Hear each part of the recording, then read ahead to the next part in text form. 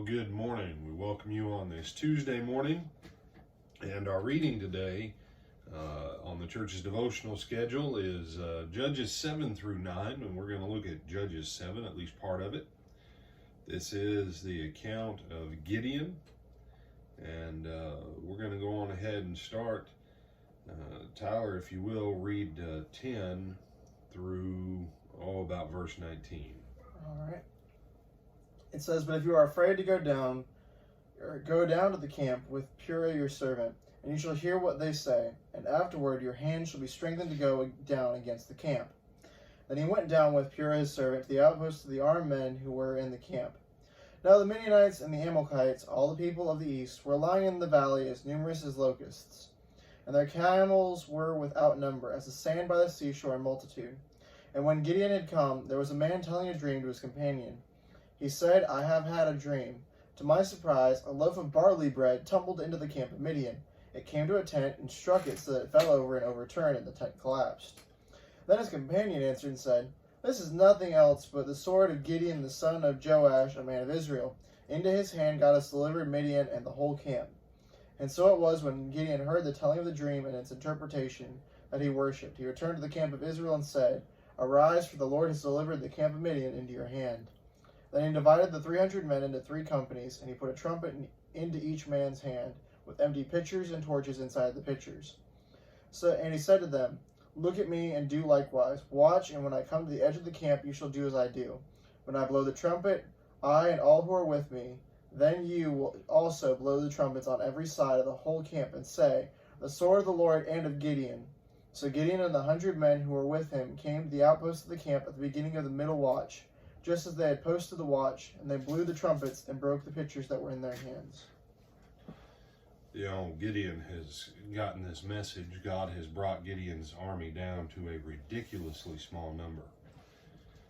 Mathematically, strategically, militarily, God is arguably the worst military planner in all of history.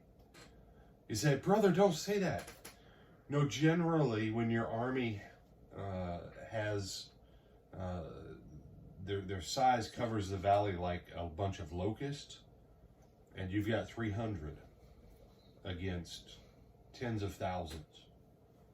Okay, that's called bad planning. You're supposed to go with a big army against another big army, not with what is essentially one company by today's military standards. Gideon had a company against an entire regiment or division, or a corps, for what our army uses as designations. And I don't know about you, I try not to have dreams about loaves of bread rolling into tents, Tyler. But apparently these guys, that's what their dream was. And God said, if you're still afraid, because God understood what he was asking Gideon was essentially totally impossible. And so God says, if you're still afraid, take your servant, go down to the camp, and just kind of eavesdrop. And what you hear will make you feel better.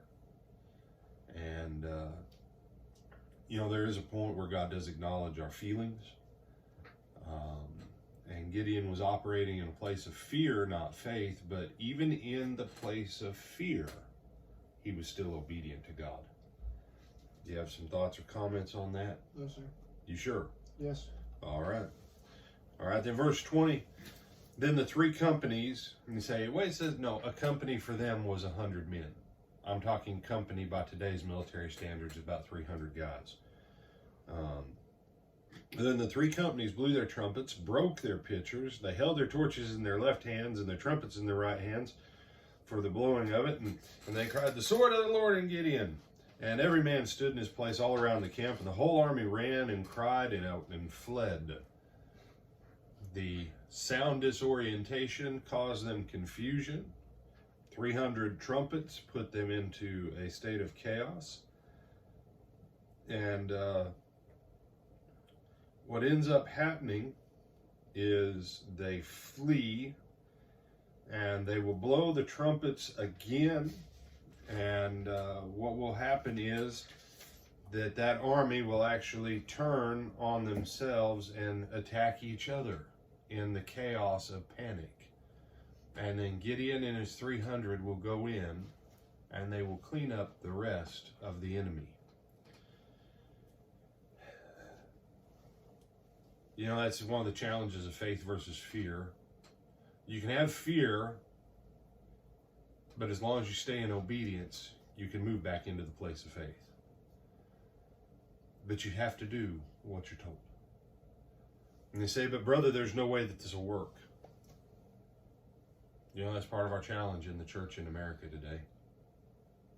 We look at budget sheets or a dozen other things and we go, well, we can't do that. It's not in the budget. Well, we can't do that. It's not. We can't. Now, I'm a fan of saying we can't when people come with ideas, because a lot of times, Tyler, when you're the preacher and people come with ideas, what they really mean is, here's what I want you to do, preacher. So a lot of times I'll say, oh, I can't. Or no, it can't be done that way right now.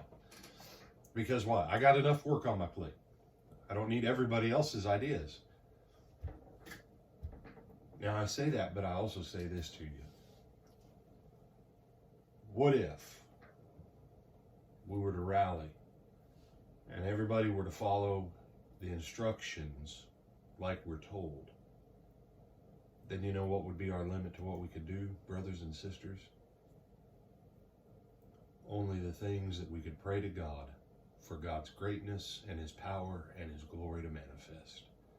When you read these stories in the Old Testament, realize that these were people not very different from you and I. Their technology and their clothing was different and their food choices, but they're still basically the same. They had hopes, they had fears, they had enemies, they had friends, and they had families.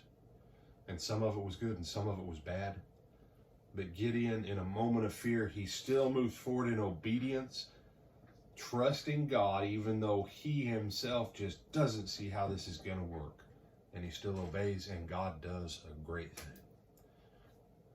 Romans 15:4, you remember what it says, Tyler? Off the top of my head, no, sir. Off the top of your head, all right. Well, off the top of his head, we will not take, because it would cut his hair really short, y'all.